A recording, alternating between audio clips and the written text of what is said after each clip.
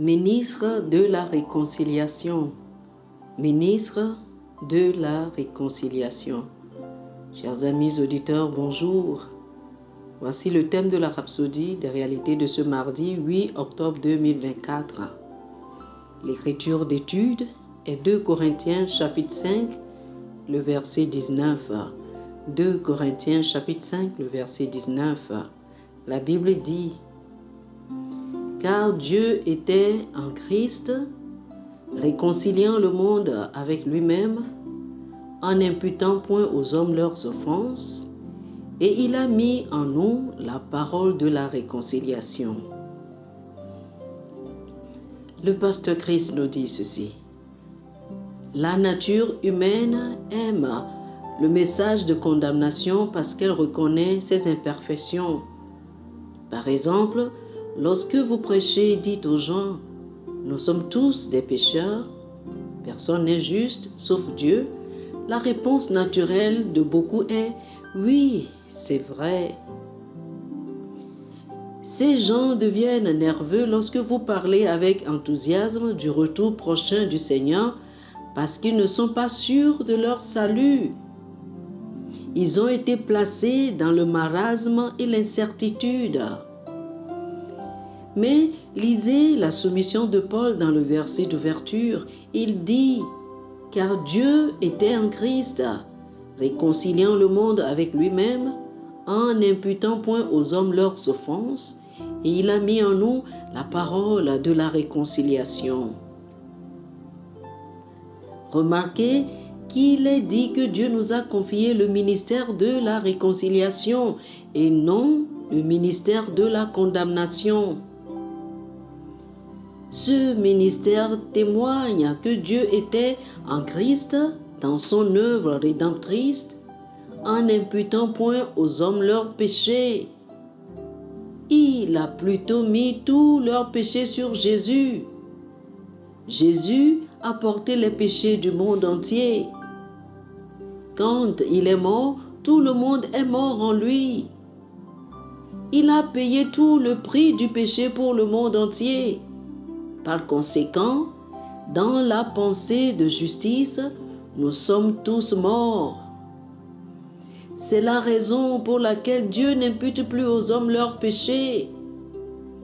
Ainsi, lorsque le diable essaie de vous tromper et d'éveiller en vous des pensées de condamnation, dites-lui que Dieu a réconcilié le monde avec lui-même en n'imputant plus aux hommes leurs péchés et que quiconque croit n'est plus condamné, mais est devenu la justice de Dieu en Christ.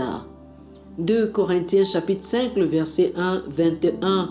2 Corinthiens chapitre 5, le verset 21 dit: celui qui n'a point connu le péché, il a fait devenir péché pour nous, afin que nous devenions en lui justice de Dieu. Alléluia. C'est le message qu'il veut que nous transmettions à tout le monde. C'est-à-dire que la justice a été rendue disponible en Jésus-Christ, car Dieu, a lui-même payé pour les péchés de l'homme en Jésus-Christ. C'est ce que nous lisons dans le verset d'ouverture qui dit « car Dieu était en Christ, réconciliant le monde avec lui-même, en n'imputant point aux hommes leurs offenses, et il a mis en nous la parole de la réconciliation. »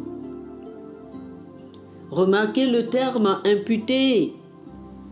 C'est le terme juridique qui signifie « charger de ». Dieu ne charge pas les gens de leurs offenses.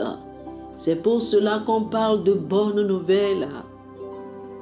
Vous êtes un ambassadeur du message de la réconciliation. Vous avez le ministère de la réconciliation, pas de la condamnation. Alléluia. Oh, gloire à Dieu. Frères et sœurs, faites cette prière avec moi. Dites ceci. Cher Père, merci pour le privilège d'être le porteur de ton message de réconciliation. En tant qu'ambassadeur du royaume, je répands la foi, l'espérance et l'amour, déclarant hardiment la parole de salut qui catapulte les pécheurs du domaine des ténèbres dans la glorieuse liberté des fils de Dieu au nom de Jésus. Amen. Alléluia. Pour une étude approfondie, je vous invite à lire Romains chapitre 5 du verset 8 au verset 10, Romains chapitre 8, le verset 1 et 2 Corinthiens chapitre 5 du verset 18 au verset 21. Romains chapitre 5 du verset 8 au verset 10, Romains chapitre 8 le verset 1 et 2 Corinthiens chapitre 5 du verset 18 au verset 21. Que le Seigneur vous bénisse. Amen.